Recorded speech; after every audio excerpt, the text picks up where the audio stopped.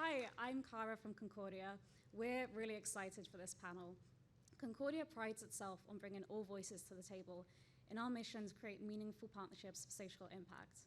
That's why I couldn't be more proud to introduce our next session on LGBTQI+ representation in global government, reflecting on progress and shaping the future.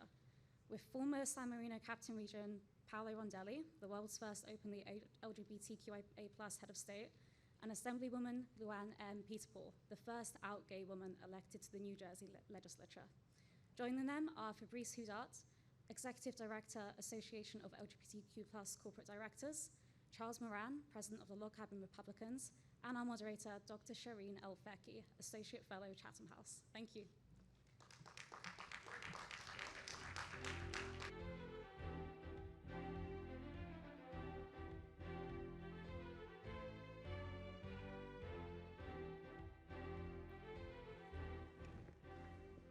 Fantastic. So thank you, everyone. We're here on day 3 of the Concordia Summit. We have covered what? War and climate crisis and food insecurity and economic meltdown. But the organizers have decided to keep the session that touches on sex for last. Talk about delayed gratification, huh? In any case, my name is Shereen El Feki. I'm often described when I sit on these panels as a sexpert, which I have to say is a great job title, but not a career option that my high school guidance counselor ever gave me. And we're here with our expert panels whose careers have also taken twists and turns, Luanne and Paolo and Fabrice and Charles. So we're here to talk about LGBTQ+ representation in government. So why does this matter? So if you go down 7th Avenue and turn onto Christopher Street, you will reach Stonewall. And it's been more than half a century since the protests there that launched the gay rights movement. And we can see today that LGBTQ+ rights are as controversial as ever. There are 60 countries in the world that still criminalize same-sex relations. There are 20 countries that criminalize gender-diverse populations. And only about 1/3 of countries in the world have legalized same-sex marriage. We have a long way to go. And while there has been progress, yesterday, for example, the King of Thailand signed into law a bill that legalizes same-sex marriage. We have seen lots of setbacks, particularly in anti-homosexuality laws rolling out across the world. So what can we do to move this field forward? This is what we're going to tackle with the panel, and we're going to start with the elephant in the room and also the donkey in the room. Okay. So let's talk about November 5th. Charles, you're president of the Log Cabin Republicans. Now, the Log Cabin Republicans have been in the news recently for some very glossy allies. But in general terms, you are working in really, really tough terrains. So can you tell us a little bit about how you make space in these really, quite difficult environments, and also whether you think the road is going to get harder or easier come November 6th? Thank you all for joining us today. Log Cabin Republicans is the nation's oldest and largest organization of LGBTQ Republicans and conservatives in America. We're coming up on our 50th anniversary. So obviously, the spectrum has changed throughout the world and especially in America. 20 years ago, Republicans were literally campaigning in 2004, George Bush and Dick Cheney, on constitutional bans on gay marriage. Exactly 20 years later in Milwaukee, just 2 months ago, the Republican Party stripped all of the anti-gay marriage, anti-gay language out of the Republican Party platform. So that is a huge shift on a party that still, claims that mantle of traditional family values and conservative morals and mores in society, but again, removing a lot of that very toxic anti-gay language out of it. So that's a space for movement. Moving into this next election cycle, I think we're going to see, if President Trump is reelected, I am the elephant in the room versus the donkey in the room. President Trump had a commitment to end the spread of HIV/AIDS in 10 years, which is something until the other virus took over, the world's attention, something that still is very important both domestically and internationally. And to your point about criminalization of homosexuality, President Trump did come to the United Nations 5 or 6 years ago and actually use his speech to call upon leaders of the world to end criminalization of homosexuality. And I think you'll, again, continue to see that. we still have battles to fight here in America, but it is very small compared to the challenges that exist overseas and in other countries. I think, again, you're going to see a next President Trump and a Republican administration try to use economic incentives to try to get countries to do the right things for human rights on LGBT issues and a host of other issues. That's Donald Trump's style, is using carrots versus sticks to encourage good behavior. And I think economic development, trade, and assistance are the ways that he's done it in the past, and he would approach that going forward. Well, thanks for your optimism. Let's turn to Luanne. Are you equally rosy about the future? Now, Luanne, you're working at the state level. So what's been your experience in trying to open the space for LGBTQ plus issues and populations, even in the face of opposition? So again, thank you for having me here. Thank you for all being here, Concordia. I really do appreciate the fact that you are opening up the session to the LGBTQ plus community. What I have witnessed and experienced as a first out lesbian in the New Jersey legislature is surprising on both ends, right? So you expect a lot of pushback. What I've learned is behind the scenes, there's collegiality, except when the microphone goes on, and then the vitriol comes out.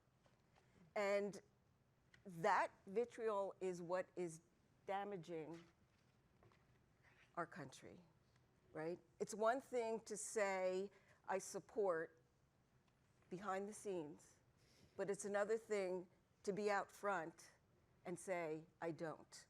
So I think it's really important that we all tell our life experiences. It's really important that we be visible, we be out, we talk about who we are as human beings.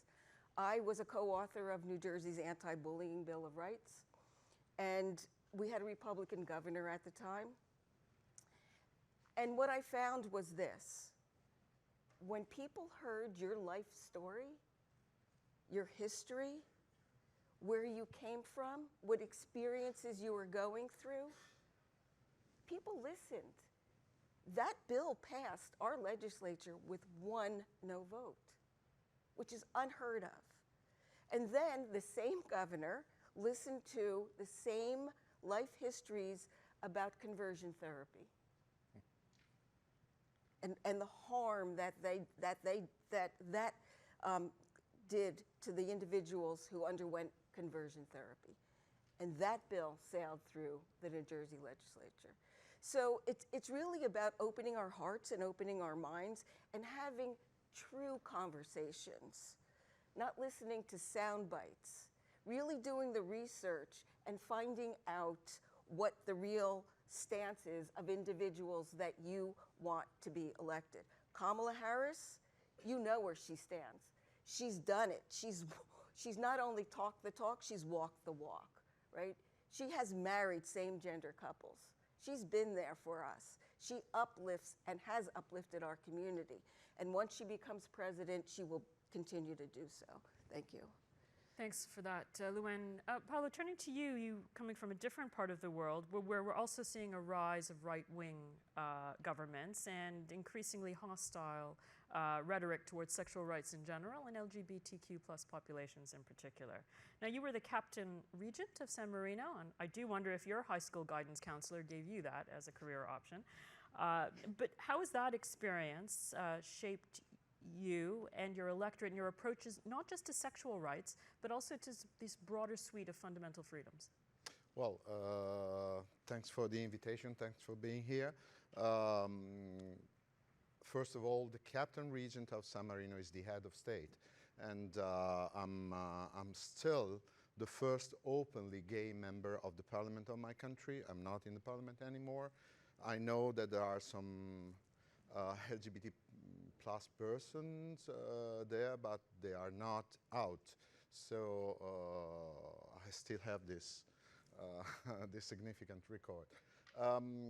Being the first LGBT plus head of state in the world means a lot.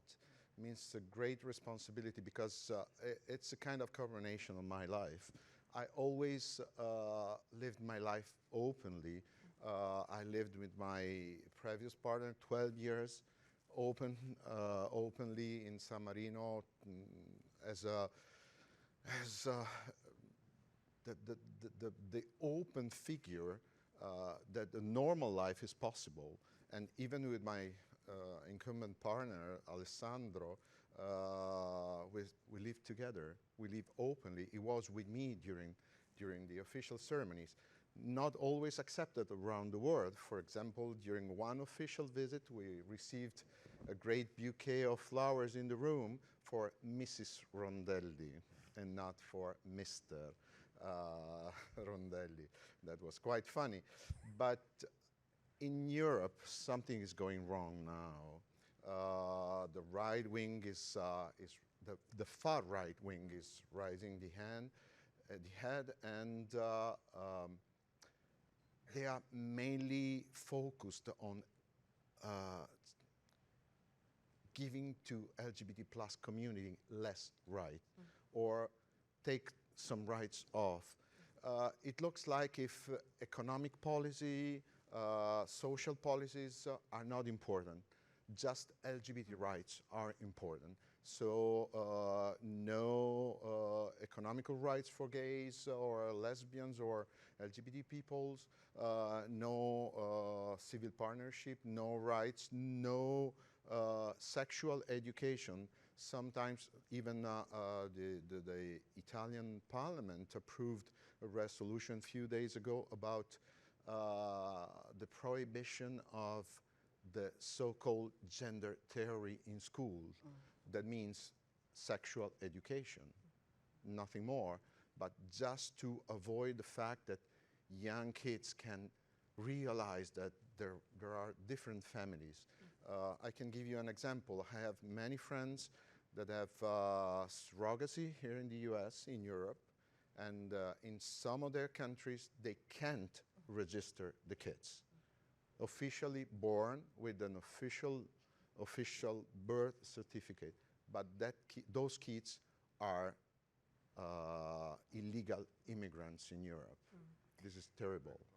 Yeah, I mean, there's a professional price, but there's also a personal price that is paid for people who come from our communities and are also in the front lines of trying to make the change. So Fabrice, we've been hearing about the situation in politics, and you can count the number of openly LGBTQ plus heads of state or heads of government on basically two hands around the world. So the question to you, Fabrice, you're coming from the private sector, is it any better in the C-suite than it is in the political circles? Well, you know, I would like to say something about what you just said. You know, I had 2 children. I'm very lucky. I live in the United States, and I love those children. They're 11 years old now.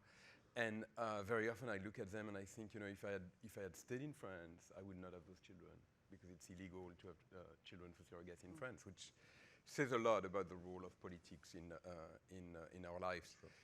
Now, you know, on the question you ask, you know, I am a Frenchman, so I tend to be a little negative. I always look at the glass half empty. So I'll tell you, you know, in politics, you know, as an example, the US, where we have a good picture, we have probably less than 2% of seats in Congress, right? And only Democrats, because there's no out conservatives in the United States, which is a bit of an aberration in Congress. When you compare it to the private sector it's closer to 1%, a little bit below 1%. So you have 3 out CEOs in Fortune 500s today. You have 1.3% of board seats in Fortune 500 that are occupied, 0.9% that are occupied in Fortune 500 by out LGBT people, 1.3% in NASDAQ. Those are very strong statistics. As a reminder, in the United States, 7.6% of the population now self-identify as LGBT, according to an annual survey by Gallup. So there is a huge gap in representation. You know, Fortune just published a list last week of CEOs in companies, out CEOs in companies above $100 million globally. They only found 25 people, which is very, very low. And to me, you know, what it shows is that we have reached that level where there has been some level of inclusion of rank and file employees. But when it comes to sharing power, there is huge resistance, right? When it matters, when there is money that is involved, when there is decision making that is involved, there is some resistance. And so, I have a nonprofit that is trying to bridge that gap by giving visibility to the incredible LGBT talent that sometimes is overlooked to be in the boardroom or to be in the C-suite. I will conclude by saying that it might sound like, kind of a superfluous agenda when there is such human rights challenges for LGBTI people globally. But I don't think it is. And in fact, I think it touches upon something essential, which is the contribution of LGBT people to decision making. And I love to quote a fellow countrywoman of mine, Christine Lagarde. During the economic crisis of 2008, she said, if Lehman Brothers had been Lehman Sisters, we might have had very different outcomes. And I think that's true also of LGBTQ plus people. What if LGBTQ plus people were taking decisions on all those things that are worrying us, artificial intelligence, the war in Ukraine, in Gaza, the dominant class is still taking those decisions, and frankly, the outcomes are not great, right? And so what if indeed, minorities had a chance to contribute to decision making, maybe we would have a very different world. One certainly hopes. Now, so let's talk about that very different world, and we're going to wrap up with one piece of advice for young LGBTQ leaders. One thing that you would tell them going forward, starting with you. From day one, be open and authentic and yourself, because your sexual orientation is an important part of who we are, but it's not something that defines us or constrains us. So live your best life openly and authentically. And let it be incorporated into who you are, but not your defining factor. Thanks, Charles. Fabrice? I would say be ambitious. When I was at the World Bank, I could never portray myself as a vice president or managing director because there was no out vice president or managing director that looked like me, right? And I had the same experience at the United Nations. The decision makers were always straight white guys. And I think that now in retrospect, that's the reason why I left. Because, and I think in a way we have to stay and claim our seats. Thanks. Well, I can suggest them not to stay in the closet, never. So be out, be a witness of a great change. Give the opportunity to yourself to give a great contribution to the community, because being an LGBT person is not something less, it's something more. And, I do have to say, Charles, you and I agree on this. Being out, being visible, being authentic, and running for office. We should not be afraid to take that position and make sure that our voices are continued to be heard. There's a saying of having a seat at the table. Well, sometimes you, as someone wisely said, you have to create your own table. Sometimes you need to do that. And that's what I've experienced in the legislature. When women lead, there is quite a difference on how things are handled, the issues that are addressed. It's a different world. So I incorporate everything that everybody said. I'm lucky to be last because I can do that. And I just say run for office. Get out there and do it. Well, thank you very much for that. And I think just to wrap up, it's important to note that the issues that we're talking about, LGBTQ plus rights are central to sexual rights, and sexual rights are central to human rights. But just a word about what's been happening in New York this week. If you look at the Summit of the Future, if you look at the final pact document, it talks about reproductive rights, no message, no mention of sexual rights whatsoever. So we still have a long way to go because this is a really rocky road. So I want to... May I add something? Sure. In Europe, this is very important because in Europe, LGBT plus discrimination goes on the same level of women's discrimination. Women's reproductive rights are usually on the same level and put together. Because human rights are indivisible, and it's all one fight. So we've reached the end of this session, or as we like to call it, the climax. So thank you very much for joining us. We'll continue the conversation outside.